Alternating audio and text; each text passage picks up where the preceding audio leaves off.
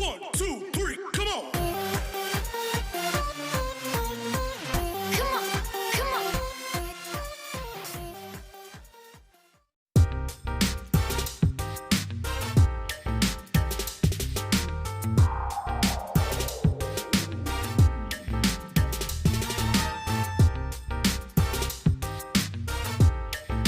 Tenang dulu, sebelum kita masuk ke contoh soal, ini adalah materi yang banyak banget kalian request terkait dari identitas trigonometri. Kalian pasti udah banyak banget yang lupa tentang identitas trigonometri atau udah ada yang ingat tapi perlu penajaman konsep atau penghafalan lagi. Nah, kali ini kakak kasih bonus buat kalian. Kita langsung aja. Untuk yang pertama, kalian harus paham dulu terkait jumlah dan juga selisih dua sudut. Kalau misalnya kalian punya dua sudut, sudut A dan sudut B, kalian bisa menjumlahkan kedua sudut tersebut dan kalian bisa mendapatkan pengurangannya juga yang berupa selisih.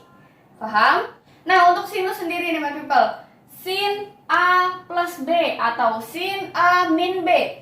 Kalian akan dapatnya adalah sin, cos, sin.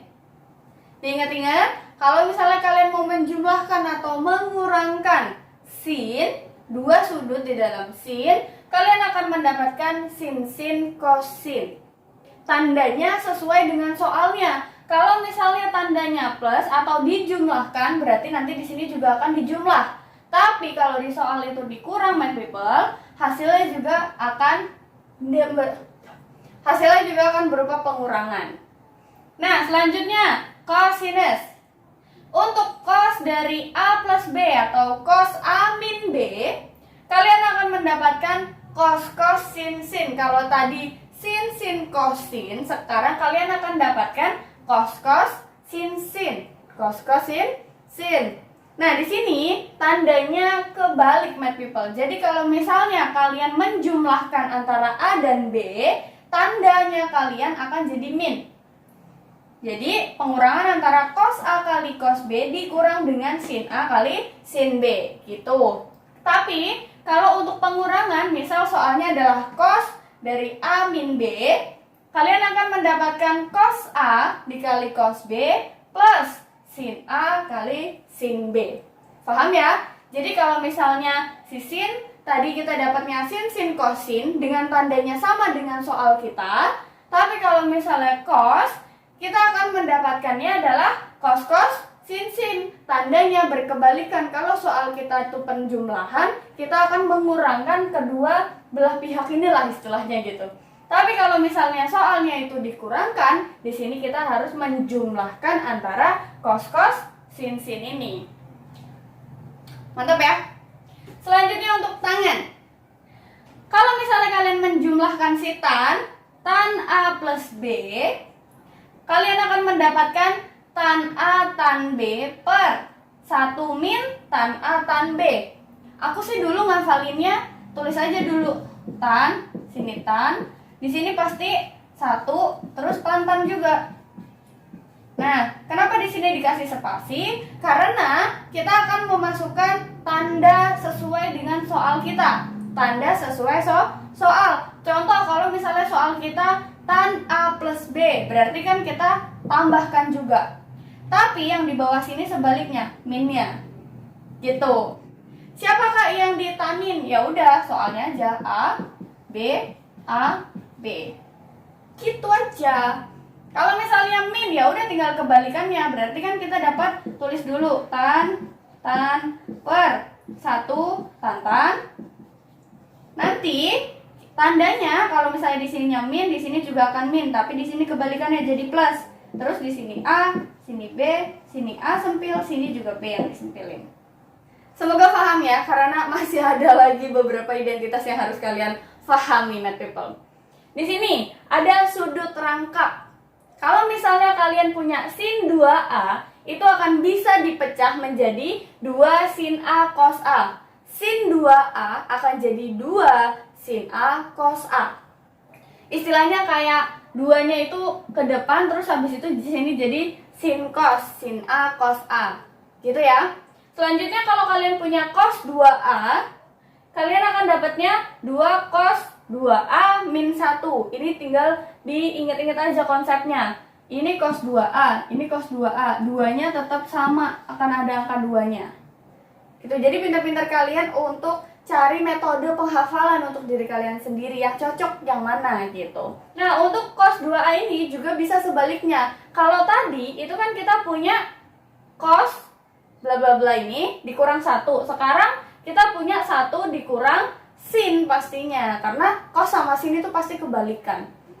Setelah itu kita mau cari sudut rangkap untuk tan atau tan 2A.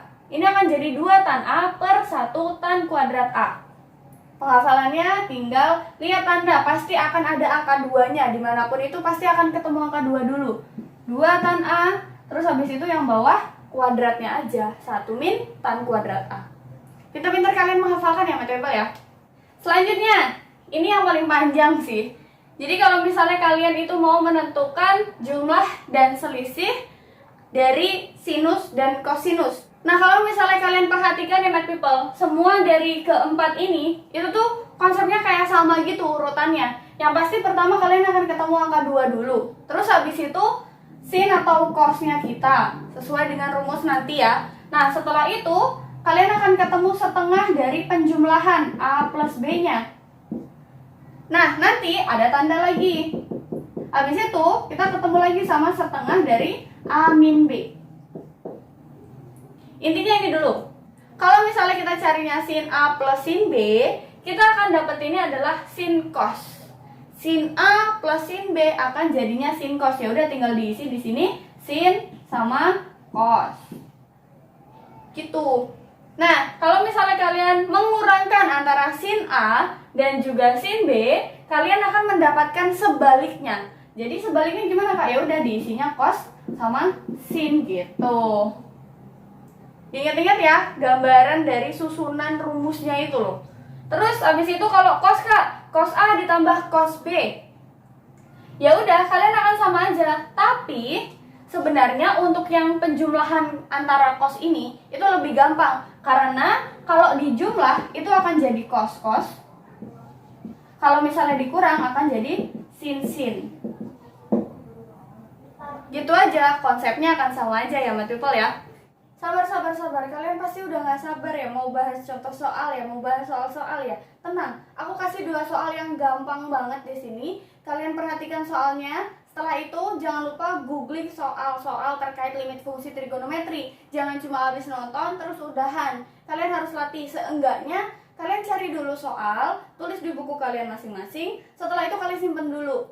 Nah, kalau misalnya kalian mau istirahat, istirahatlah dulu. Setelah itu nanti baru kalian bisa untuk mengerjakan itu lagi, entah hari ini atau besok. Yang jelas kalian harus banyak latihan. Saran aku nih ya, kalian tuh harus kayak punya temen gitu untuk balapan ngafalin sih. Kayak misal, oh udah sampai mana nih kamu ngafalin rumus sudut istimewa kayak gitu. Terus habis itu sampai mana nih kamu ngehafalin si identitas dari trigonometri. Terus sampai mana kamu latihan soalnya. Ingat ya, balapan itu balapan yang sportif. Karena itu tuh buat macu semangat kita gitu loh. Oh temen aku udah banyak nih, ya udah aku juga dong harus lebih banyak gitu. Biar kalau ngobrol tuh kita nyambung. Oh itu sampai sini gitu.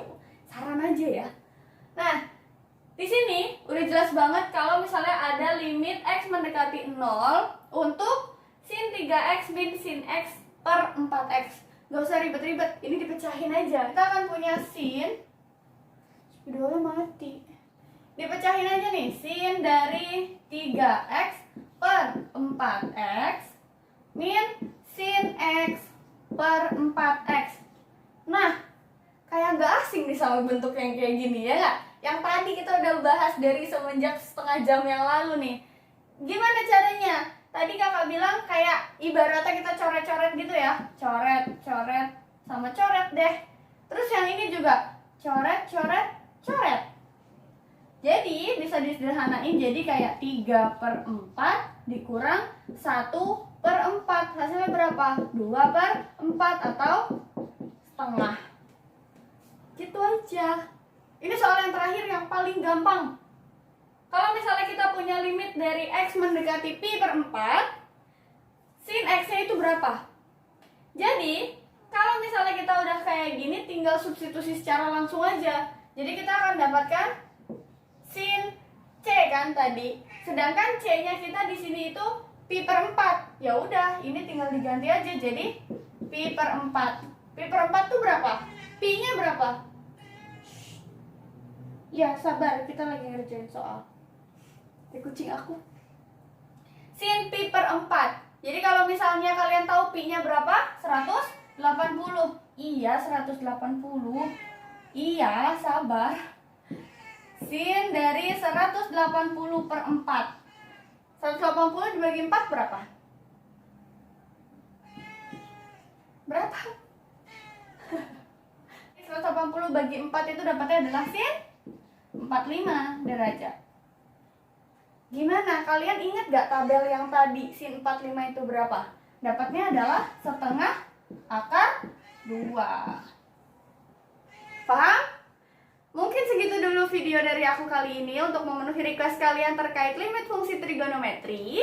Semoga membantu kalian untuk memahami. Aku sangat-sangat berharap banget buat kalian semangat belajar matematika dengan cara pengajaran aku. Kalau misalnya ada yang kurang, kalian boleh komen di bawah. Ada yang mau didiskusiin, kalian bisa juga DM aku di Instagram @yayansuratofficial.